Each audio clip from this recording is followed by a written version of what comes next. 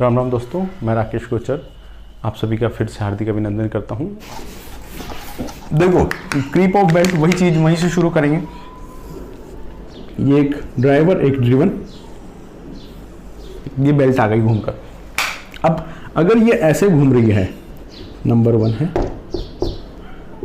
और ये ऐसे घूम रही है तो ये कैसे जाएगा? ऐसे जाएगा, ये ऐसे आएगा और ये ऐसे घूमेगा सेम डायरेक्शन में। ठीक है, कोई दिक्कत नहीं है। चालक है, चालित है, ड्राइवर है, ड्रिवन है, जैसे भी आपको समझ में आ जाए। ये टाइट साइड है, इसका टेंशन T1, इसका टेंशन T2। ठीक है, अब ये क्या है? मेरी टाइट साइड। मैं रेड पेन यूज़ कर लेता हूँ अलग अलग चीज़ों को अलग अलग। ये टाइट साइड और ये है स्लैक साइड। ठीक है ना, ये ढीली वाली साइड है। अब क्या होगा साहब, इसमें आप देखो इसमें क्या होता है। ये जो चालक इस पट्टे को खींच रहा है, तो हमने देखा था कि पट्टे द्वारा 1 मिनट में इधर तय की गई दूरी इस पुली पर और इधर तय की गई दूरी बराबर होनी चाहिए। पट्टा तो एक ही ना जो वही घूम रहा है, मतलब 1 मिनट में पट्टा यहाँ से घूम के यहाँ पे आ रहा है, मतलब इस पॉइंट से पट्टा जितनी दूरी तय कर रहा है इस पॉइंट से भी उतनी दूरी तय कर रहा है। इसीलिए हमने बोला था कि 1 मिनट में दोनों पुलियों पर तय की गई दूरी बराबर होनी चाहिए, क्योंकि पट्टा तो वही है। तो क्या होगा साहब, अब इधर जब इधर टेंशन ज़्यादा है तो इधर की साइड का ये वाली जो इतना स्पान है, या फिर यहाँ से पॉइंट ऑफ कांटेक्ट से ले सकते हो, यहाँ से यहाँ तक का जो स्पान है, इस स्पान में क्या है, मेरा टेंशन ज़्यादा है, टेंशन ज़्यादा है, ज़्यादा तेज़ी से खींचा हुआ है। तो हमने मोस्ट में पढ़ा है कि अगर आप किसी को खींचते हो तो उसमें जो उसका यंग्स प्रत्यास्थता गुणांक है, इलास्टिक कांस्टेंट है, उसके अनुसार उसकी लंबाई में कुछ बढ़ोतरी हो जाती है।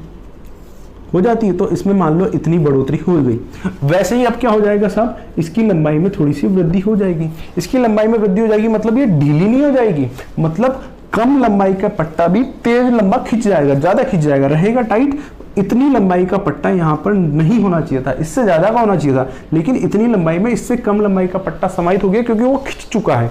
तो मतलब यहाँ पर जो पट्टा इन्होंने खींचा है, जितनी लंबाई का आना चाहिए था उससे कम लंबाई के पट्टे ने उसकी आकृति ले ली। मतलब जो इधर एक्सपेंशन हुआ वो एक्चुअल लंबाई इधर आ नहीं पाई। सपोज यहाँ पर L लंबाई का पट्टा आना था, लेकिन आया कितना, L माइनस डेल L का, जो L लंबाई के पट्टे का काम कर रहा है।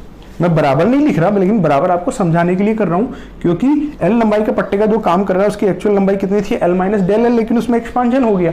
तो ये जो डेल L है वो बचा, खींच कर नहीं आ पाया। वो कहाँ बचा हुआ है, वो डेल L यहाँ पर बचा हुआ है। तो इधर वैसे ही साइड ढीली थी, थोड़ा पट्टा इधर और आ गया, मतलब ये साइड ढीली हो गई। अब देखना, अगर ये इधर L लंबाई का पट्टा छोड़ता है तो इसकी ये उम्मीद रखता है कि मैं इधर से भी L लंबाई का पट्टा खींचूं, लेकिन जब ये L लंबाई का पट्टा खींचता है अपना ड्राइवर, लेकिन खींचने में कितना आता है, L minus del L, L minus del L। तो ये जो छोटा सा पट्टे का अंतर है ना, ये अंतर भी वेलोसिटी रेशियो में अंतर पैदा करता है। ठीक है ना, तो इस घटना को क्रिप कहते हैं। इस घटना को क्रिप क्या कहते हैं कि टाइट साइड में और स्लैक साइड में जैसे आपस में इनमें अंतर है, तो ये जो पट्टे का फैलाव और ये होता है, इसके कारण जो अपेक्षित गति होती है ना, इस घटना को क्रिप कहते हैं। समझाना था, मैं समझा चुका।